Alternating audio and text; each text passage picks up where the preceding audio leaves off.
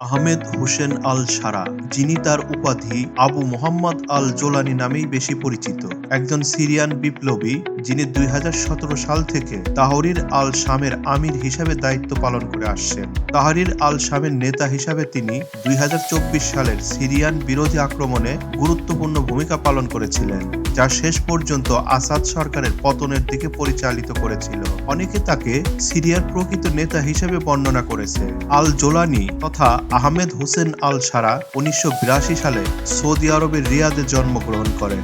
তার বাবা সেখানে তেল প্রকৌশলী হিসেবে কাজ করতেন এবং তার মা ভূগোলের শিক্ষক ছিলেন। পরিবারটি ১৯৮৯ সালে সিরিয়ায় ফিরে আসে এবং দামেস্কের সমৃদ্ধ মেদজেহ পাড়ায় বসতি স্থাপন করে। হোসাম জাজমাতির মতে তার সহপাঠীরা আল জোলানিকে একজন অধ্যয়নশীল কিন্তু অসাধারণ মেধাবী ছেলে হিসেবে মনে করে, যে মোটা চশমা পরত এবং মনোযোগ এড়িয়ে যেত। তার যৌবনকালে তাকে কারচুপির সাথে বুদ্ধিমান কিন্তু সামাজিকভাবে অন্তর্মুখী হিসাবে বর্ণনা করা হয়েছিল এবং তার সুদর্শন চেহারা এবং একটি আলাউট মেয়ের সাথে প্রেমের জন্য বিখ্যাত ছিল, যা উভয় পরিবারই প্রত্যাখ্যান করেছিল।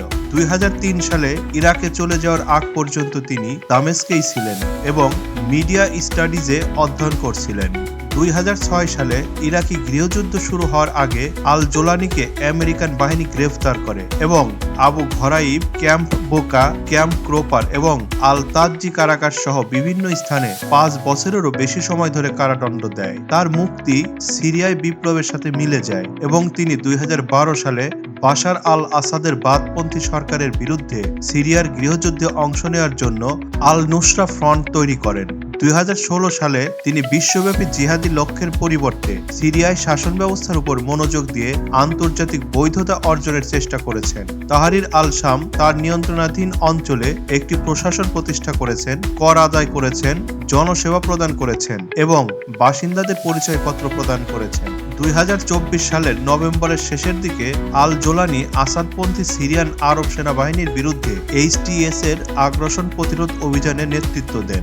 ৬ ডিসেম্বর সিএনএন এর সাথে মুখোমুখি সাক্ষাৎকারে আল জোলানি ঘোষণা করেছিলেন যে আক্রমণের লক্ষ্য ছিল আসাদকে ক্ষমতা থেকে অপসারণ করা। তার আসল নাম আহমেদ আল সারা ব্যবহার করে তিনি স্পষ্টভাবে সংখ্যালঘু গোষ্ঠীগুলিকে রক্ষা করার প্রতিশ্রুতি দিয়েছিলেন এবং প্রতিষ্ঠানের ভিত্তি ও জনগণের দ্বারা নির্বাচিত কাউন্সিল প্রতিষ্ঠার পরিকল্পনার রূপরেখা দিয়েছিলেন।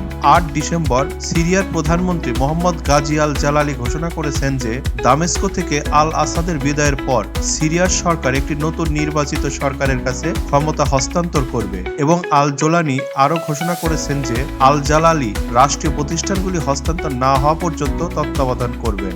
আল জালালি পরে আল আরাবিয়াকে উল্লেখ করেছেন যে হস্তান্তরের বিষয়ে আলোচনা করার ঘোষণার আগে আল জোলানি তার সাথে যোগাযোগ করেছিলেন। একই দিনে আল জোলানি দামেস্কের উমাইয়া মসজিদে একটি বক্তৃতা দেন, যেখানে আসাদের শাসনের পতনকে এই অঞ্চলের ইতিহাসের একটি নতুন অধ্যায় হিসেবে অভিহিত করেন। ধন্যবাদ সবাইকে। আল্লাহ হাফেজ।